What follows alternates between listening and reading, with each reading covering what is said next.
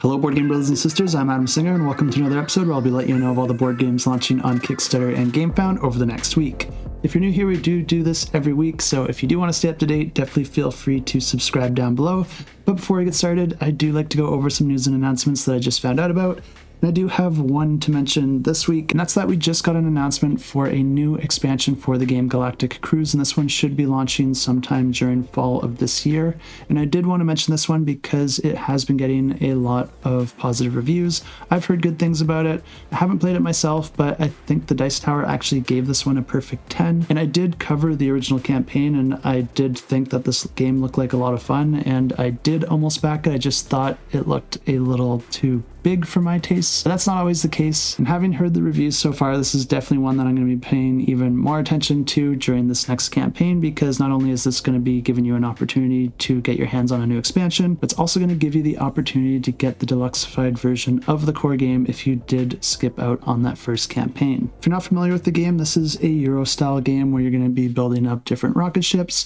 trying to load it with the appropriate types of people, and then you're going to be launching them on luxurious galactic cruises through space in order to try and score the most victory points. Like I said, I did cover this one already in the past, so if you do want to check out my video on that, I do have it on the channel, but stay tuned and subscribe if you do want to hear what this expansion is going to add, because I will cover this one as well during the week of its launch. Other than that, I do always like to give a quick mention to Alex over at Boardgame Co, because first of all, he does fantastic work, but also if you are interested in the community or the industry and you want to hear general commentary on a bunch of different topics, he will definitely have you covered. But he also offers all sorts of reviews and playthroughs, and he covers a ton of crowdfunding games, lets you know which ones he thinks are worth backing and which ones might be better to get on retail or perhaps not at all. This guy puts out a ton of videos. You'll definitely want to check him out, and him and I do work together keeping track of all these campaigns so that I can put together this footage for you here today. But if you do like this sort of coverage, he also puts out a video similar to this one at the start of each month, letting you know of the heavy hitters you can expect for that month. As always, I will have a link to his channel in the description down below. That's everything I got for an intro, and we do got quite a few games to cover this week, so let's check them out. And the first campaign we have launches on April 14th, and this one's actually going to be offering you two different games. We have Project L as well as Project L Square 1. This is going to be including a whole bundle, including expansions and all sorts of upgraded components. But if you haven't heard of them, these are both tile placement games that also incorporate a certain amount of engine building. You're going to be using your different tiles to complete different objective cards, but you're only going to be starting with a small set of tiles, and then you're going to be earning more as the game goes on. As I mentioned, I did cover both of these in the past, and I think I might have also covered an expansion or two as well, but I'll dig up those videos and roll that footage for you now if you do want to learn more about how these games both play. And if they do look interesting to you, you can go ahead and check out the campaigns in the description down below, and of course, click to get notified once this one launches. And this is a polyomino tile placement game where players are going to be competing to complete different shapes, starting with just 2 tiles to their name, but then throughout the game, as you're completing new shapes, you'll actually gain new polyominoes, but then you'll also be able to reuse the ones that you used in any of the shapes that you've already completed. This means that you'll actually be building a little bit of an engine that's going to open up new shapes to you to build, and as you gain more, of course, you'll be able to complete those bigger shapes. This expansion is going to be adding new shapes into the game, but these are going to be appearing later in the game, and they are designed for the purpose to allow those smaller shapes to still be useful even in the late game. Not only that, but this also expands the player count to 6 players, and as I mentioned, this isn't the only expansion for this game, so if you want to know even more details, I'll just go ahead and roll that footage for you now. This campaign is also going to offer the Finesse expansion, which is going to add some extra objectives to the game, and when you complete those, you earn yourself some coins, which you can spend to perform extra actions on your turn. Now that you know how the original Project L plays, this one plays very similar to that, except there's going to be a few small differences. Basically, in this one, you're still going to be trying to complete these different objective cards, and on a turn, you'll be able to take 3 actions in order to try and do that. One of those actions could be to draft a new objective card into your tableau to try and complete, but how you actually get the tokens to complete that objective is with the next action, which is just to take a yellow token into your supply. And these yellow tokens have a single square on them, and they're basically the building blocks of any other token that you need in this game, and they're the only ones that you're able to get directly from the supply. Because if you need one of these green tokens, which has 2 squares, or this orange one that has 4, you actually have to combine other tokens together by using one of your other actions, which is the join action. So if you wanted to get this green one, you'd first have to get 2 yellow tokens, and then use the join action to trade those in for a green. There's also an action that allows you to split tokens into their smaller counterparts, and then there's also an action to, of course, place them out on your board. And anytime you're doing that, you always have to place them from top to bottom, and once you do complete one of these boards, you have the option to cash it in for the victory points outlined on that board, but you do need to use an action in order to do so. And you can cash in multiple boards at once with a single action, so it is more efficient for you to do it that way. And also this could earn you some bonus victory points because there's going to be a limited supply of these tokens, and whichever players are able to complete 2, 3, or 4 boards in a single action are going to be taking those tokens first, so there is a little bit of race going on here, trying to get those tokens while also trying to complete your boards in order to have the most victory points once the game ends. Just like with the original version of this game, any of the tokens that you use to complete an objective do come back to you once you cash them in, so there is that pressure there as well to try and do all of this quickly so that the other players aren't taking the objective boards that you want and just completing a ton of boards for victory points while you're trying to get a set of 4. If this one sounds interesting to you, you'll probably want to know that there's also going to be some expansions offered in the campaign as well, and as always I do have a link to the campaign down in the description below. And on April 15th we have Party Panda Pirates, and in this game players are going to be controlling their own crew of Panda Pirates,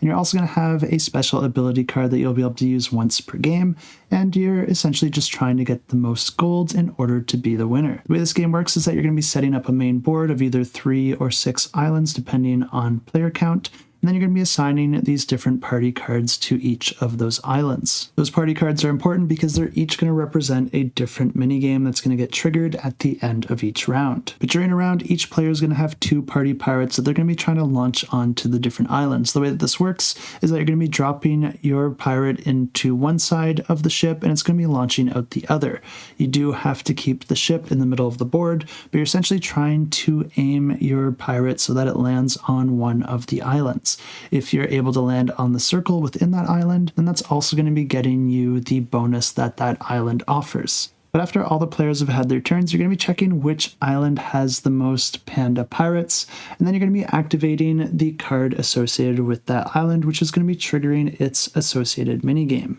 But before you start that minigame, there is going to be some betting, and each player is going to have a token. One side represents first place and one side represents last place, and each player is going to pick which side they want to bet on, and then they're going to be assigning that to one of the other players. So if you think someone's going to win the next minigame or someone's going to lose it completely, you can flip that token to the appropriate side and make a bet on that player. After that, you're just going to set up the associated minigame and then play through it to see which place each player comes in, and then players are going to be getting some sort of bonus depending on if their bet was accurate or not. But then there's this special treasure map board up here that players will be able to move around in order to try and collect treasure chests, with each of those being worth 7 coins. And after each minigame, players are going to be rolling dice to see how many movement points they get to move around out on that board. But if you did better in that minigame, you can actually get additional rerolls to try and improve the amount of movement points that you get, so it is very advantageous to try and win those minigames. And also you can get additional free coins for placing higher up during that minigame. Anytime that a treasure chest is removed from this board, another one is added, so there's always going to be treasure chests to collect. But of course, if you're winning those minigames, you're going to be able to mitigate your rolls better and hopefully collect more of those chests. The game continues like this over 6 rounds, and then the player with the most treasure chests or coins wins the game. And if you do want to check this one out, I will have it linked in the description down below. And also launching on the 15th, we have Dealers in Hope, and this one's a combat-oriented competitive deck building game. And in this game, players are going to be playing as different factions. You're going to be building your starting deck by combining some of your faction-specific cards with some of the common cards offered in the game. But players are going to be building up their deck, gathering resources, and fighting to control different regions out on a map with the goal of gaining the most victory points at the end of the game.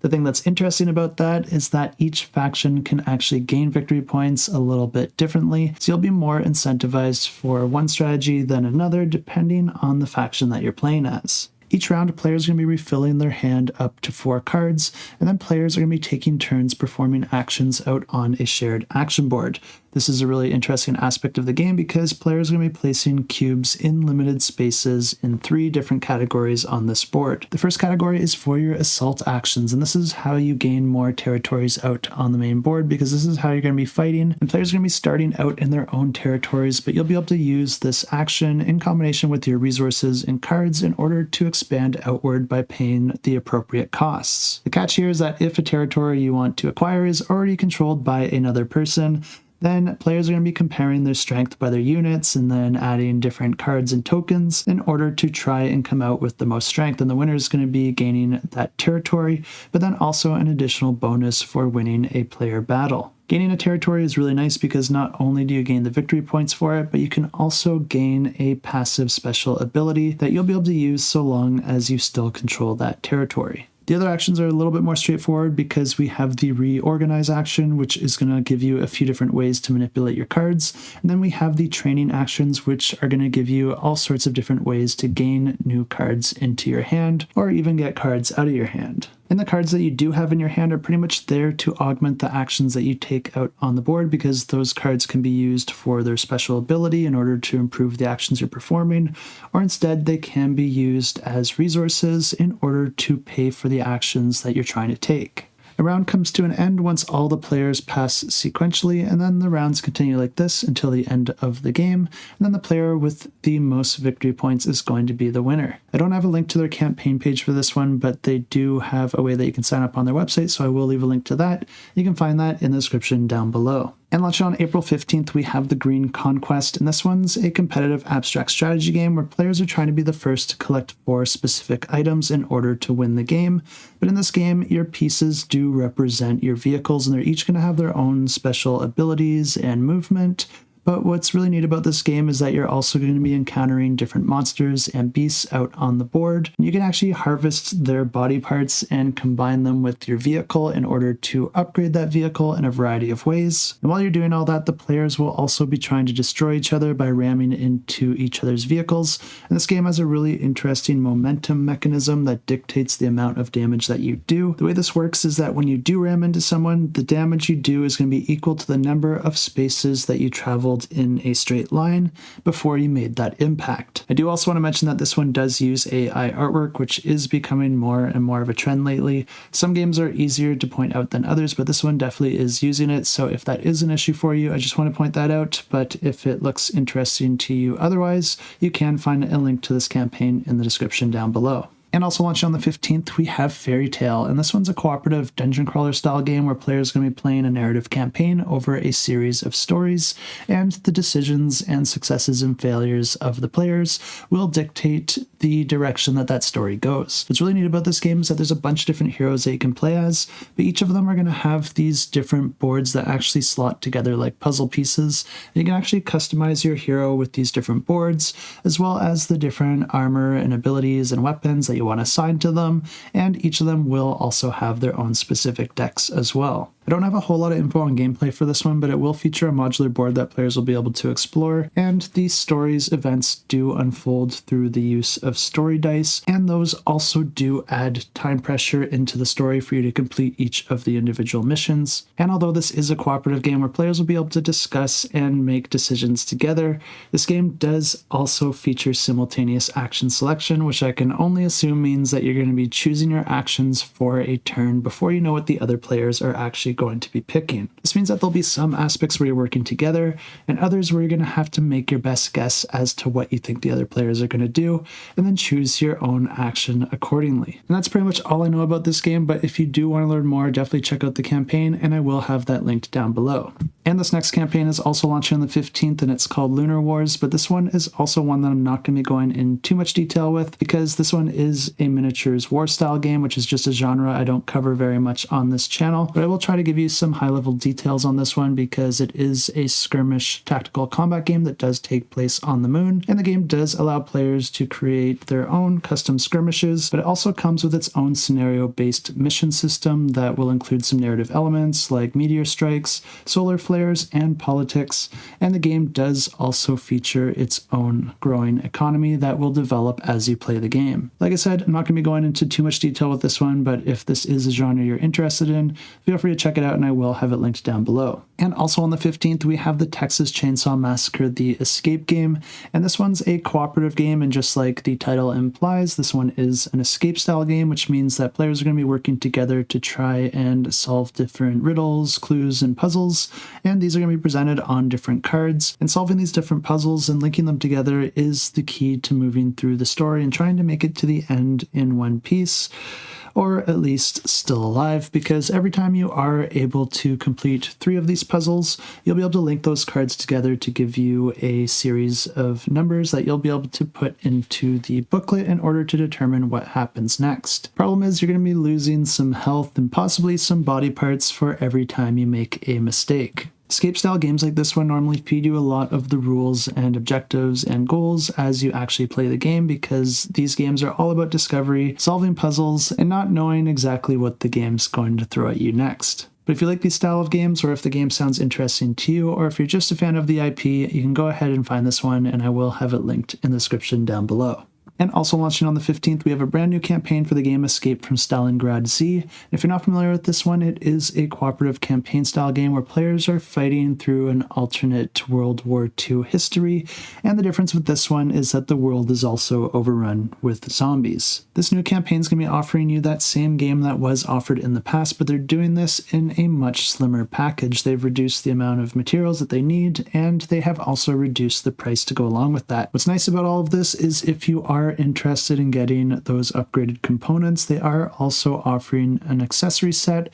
and this will be bundled together in a separate pledge if you are interested in that. This campaign will also offer the stories from Stalingrad, which also includes 4 mini campaigns with 12 scenarios. And if you really want to upgrade your components, there is also the miniatures expansion set. But like I said, I did cover this one in the past, so I do have footage for it, and if you do want to know more about how this game actually plays, I'll just go ahead and roll that previous footage for you now. And this is a cooperative game where players are trying to escape the city of Stalingrad back in World War II, but the world is also overrun with a zombie plague. Players are going to be playing as individual heroes, each with their own special ability and stats, and players are going to be going through different scenarios, making different decisions, and discovering different paths forward in order to try and progress their campaign and escape the city of Stalingrad. The decisions that players make in one scenario will continue forward in the next scenario, and players can also take different paths to different locations depending on the decisions that they make and the routes that they decide to take at the end of a given scenario. And a really neat aspect of this game, which will really streamline your experience, is that the entire campaign is provided in this campaign booklet, which is going to have 1 page dedicated to the map that you're exploring, and the other page is going to be dedicated to the specific scenario.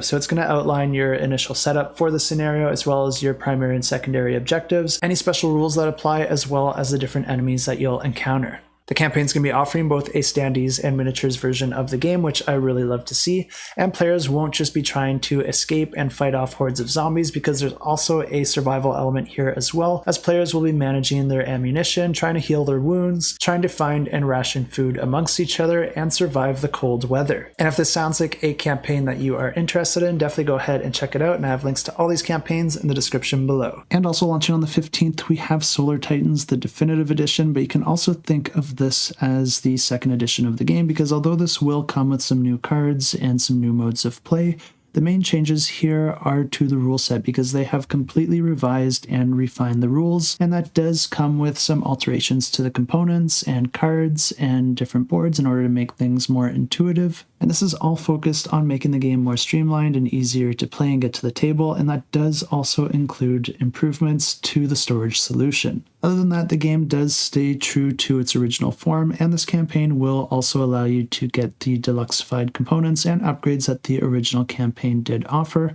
But this is also a game that I did cover in the past, so if you don't know how this one plays yet, I can definitely help you out there, and I'll go ahead and roll that previous footage for you now. And this one is a deck building space combat game where players are going to be building out their own spaceship and attacking the other players. And what's really interesting about this game is that there's actually 2 different types of cards that you're going to be working with. There are your ship cards, and then there are your crew cards. Your ship cards are what you're going to be using to build out your ship, and this is going to come in the form of different weapons with different power and aiming capabilities, as well as ways to build up your armor, and other cards that can offer all sorts of upgrades and special effects like your crew quarters or even your command center. But each player is going to be choosing a pattern card at the start of the game, and this is going to dictate the starting pattern of your ship, and you're going to have to use those cards in order to build your ship in that pattern. But as the game goes on, you'll be able to purchase more of these to repair damaged areas of your ships, or even just add new components to your existing ship. That's pretty much everything you need to know about the ship cards. They only are used to build out your ship. They aren't used for the deck building aspects of this game.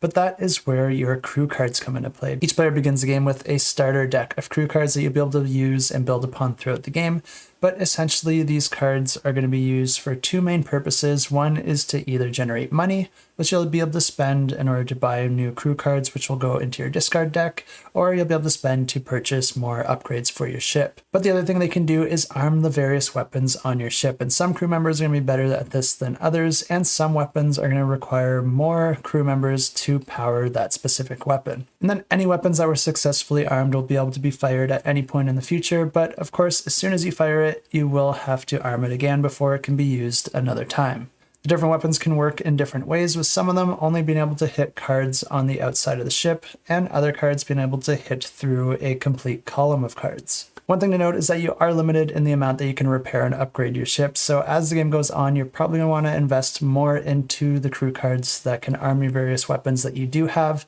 rather than trying to focus on getting more of those different types of weapons. The game continues like this, and the last player standing wins the game. And if you're interested to know more, you can check out the campaign, and I have links in the description below. Also on the 15th, we have Next Station, the Singapore MRT game. And this one's a competitive card shedding game where at the beginning of the game, each player is going to be dealt 7 cards. And then you're going to have a main deck that players will be able to draw from anytime that they can't play a card on their turn. But you're also going to be starting the game by drawing 1 card randomly from the top of that deck, and then putting it into play as the starting card. There's 3 different types of cards offered in this game, with the main ones being the station cards, and you can identify these because they are a solid color. And there's a few different ways that you can play these cards. For example, on your turn, if the previously played card matches the same color as one of your station cards, then you can just go ahead and play that station card in order to get it out of your hand. But another way that you can get rid of these cards even more efficiently is if you have 4 of them that match the same color and the previous one played also matches that color, you can actually play all 4 of those station cards at once, and as a bonus you get to play another card from your hand. The other way to get these station cards out of your hand works a little bit differently, because these cards also have a station number at the top of them, and if you ever notice that someone plays a station that's exactly 1 number below any of your stations, you can play that station out of turn as an adjacent station. So for example, this one has a 19 on it, so if someone was to play the 18 on their turn, you can just announce that you have an adjacent station and then play this one on top of their card, and then they would continue their turn, or it would move on to the next player. The second type of card in this game is the interchange station, and these are normally going to have 2 different colors on them. And whenever you play these, you do have to match one of those colors with the card that was previously played. Anytime that happens, it's going to be changing the color requirement to the other color on that card. So if the previously played card was green, and then I went and played this interchange card on top of it,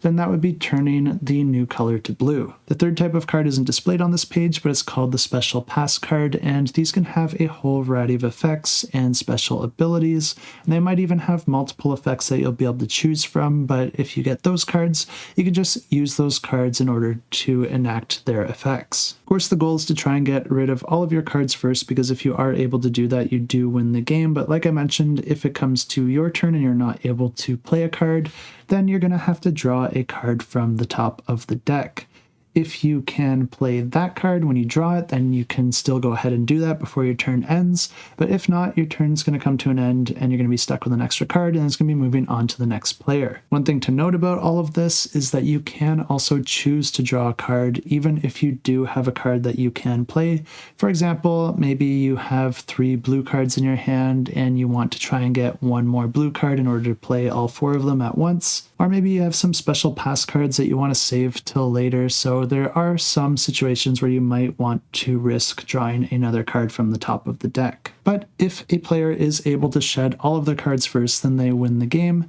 Otherwise, the game's going to be ending anytime that main deck runs out, and then it's going to be the player with the least cards left in their hand that wins. And that's how you play the game, and if this one does sound interesting to you, you can go ahead and check it out, and I will have it linked down below. And also on the 15th, we have Dicemancy, which is a solo tower defense game where you're going to be creating different spell combinations in order to stop a constant onslaught of monsters. The way this game works is that you're going to be building up a tableau of interconnected spell slot cards, and you're going to be trying to connect them and rotate them in different ways in order to create the different options that you'll have for the different spells. In order to actually activate those spells, you're going to be rolling and manipulating dice, and over the course of the game, you're going to have to adapt your tactics by chaining and boosting spells and discovering new combinations. And the game is going to offer a variety of different scenarios, random enemy layouts, and different monsters and characters that will offer you a new experience every time you play. And that's all the info I have on this one, but if you do want to learn more, you can check out the campaign for yourself, and I will have that linked in the description. And also on the 15th, we have the Crusades, which is a competitive historical war game, which is also a genre I don't cover in as much detail, but this is going to be depicting the series of religious wars between the Christians and the Muslims in order to try and control the Holy Lands for themselves. This is a card-driven, semi-cooperative light war game where players are going to be taking on the roles of the historical leaders, aiming to conquer different cities, win battles, and manage influence over key regions. And at the end of the game, the winner is determined by the player who has the most objective cities and battle victories, as well as influence over some different regions and control over Jerusalem. As I mentioned, I don't cover these historical war games in as much detail, but if it is a genre you're interested in, I highly recommend going ahead and checking out Zilla Blitz, and I will have his channel linked in the description too, because he exclusively covers these games and he has a lot more info on it than I do. I'll have a link to this game and his channel in the description down below. And also launch on April 15th, we have Kilauea, and this one's an abstract strategy game where players are competing to build different tiki towers in order to appease the gods and score the most victory points at the end of the game.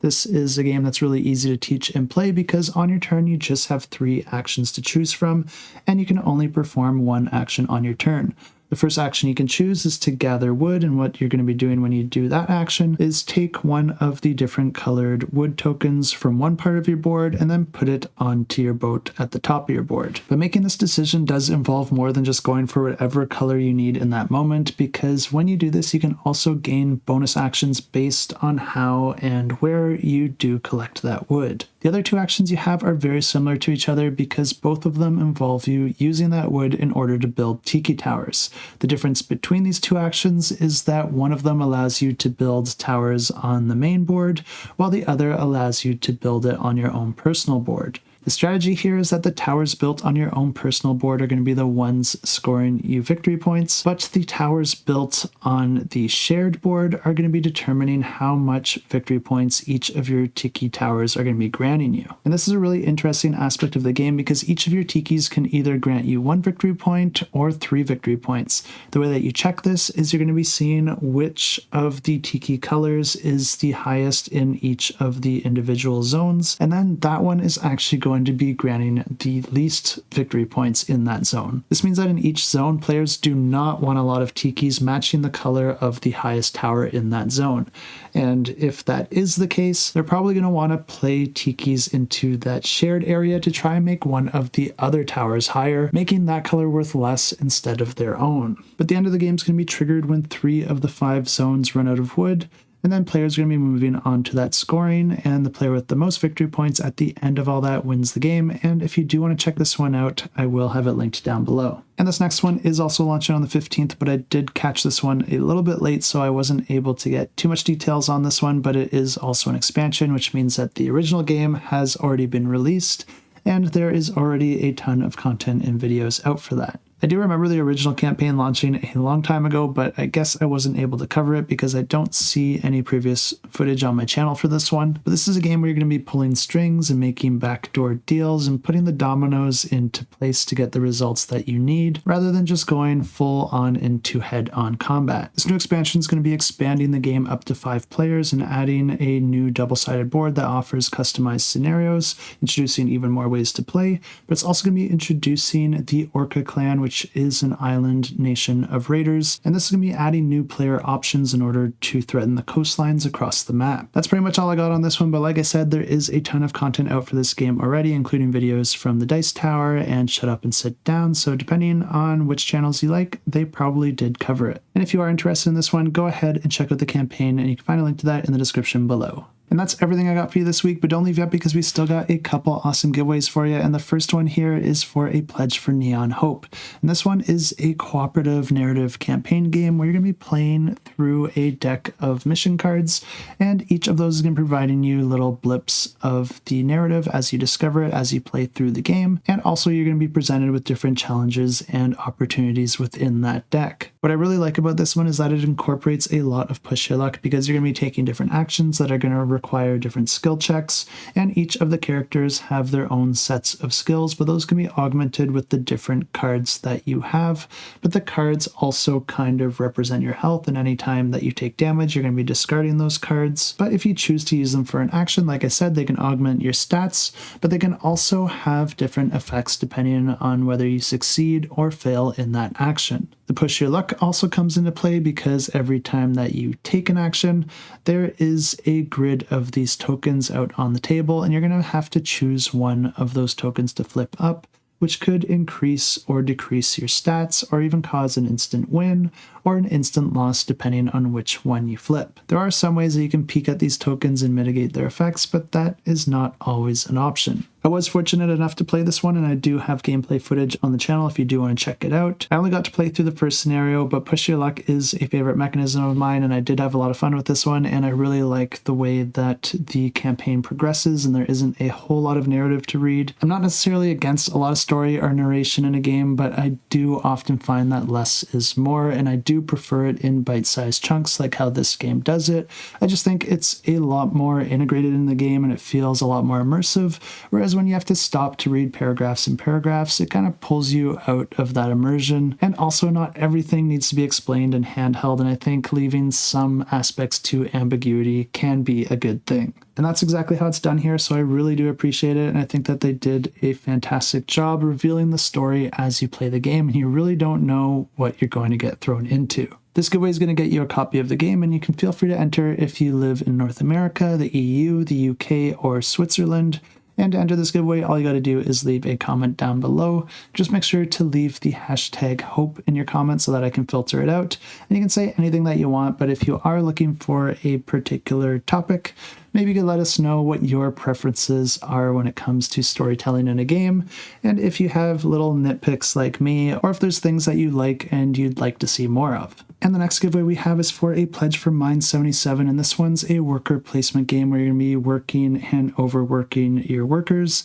in a mine where you're going to be generating steam in order to try and accomplish different tasks. The neat thing about this game is it actually uses a dual rondel system where one rondel actually feeds into the other, and also this game offers a ton of different paths to victory, so players could be going for completely different goals depending on their strategy. But every round there will be quotas that players will be trying to reach when it comes to production within this mine, and not meeting those quotas does come with some negative consequences. Of course, players could also work an extra shift to try and get ahead, but burnout does come with its own set of consequences. This giveaway is going to get you a copy of the game, and the publisher is offering free shipping to anyone in the EU or the USA. If you're outside of those regions, you can still feel free to enter this giveaway. Just keep in mind that if you do win, you might also have to cover the shipping. If you're good with that, all you got to do to enter this one is leave a comment down below with the hashtag mine, and you can say anything that you want, but if you are looking for a particular topic,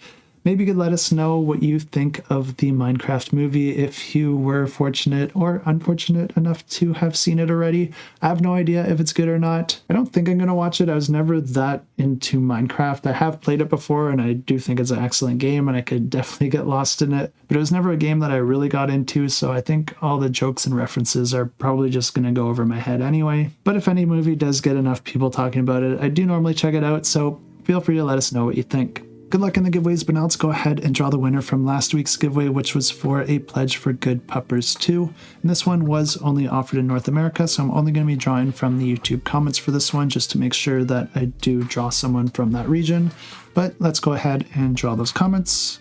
after I do the thing, and let's try that again. And let's draw a winner. And the winner of Good Puppers 2 is Eor4, who is a lover of all dogs. Sounds like the perfect winner here. Congrats on the win. Just email me at adam@shelfclutter.com. I'll get that pledge all sorted out for you. Thanks so much for entering in on the giveaway along with everyone else. I really do appreciate everyone tuning in and checking out the video. But that is everything I got for you this week. Thanks so much for joining us. And until next time, keep that shelf cluttered and the table full.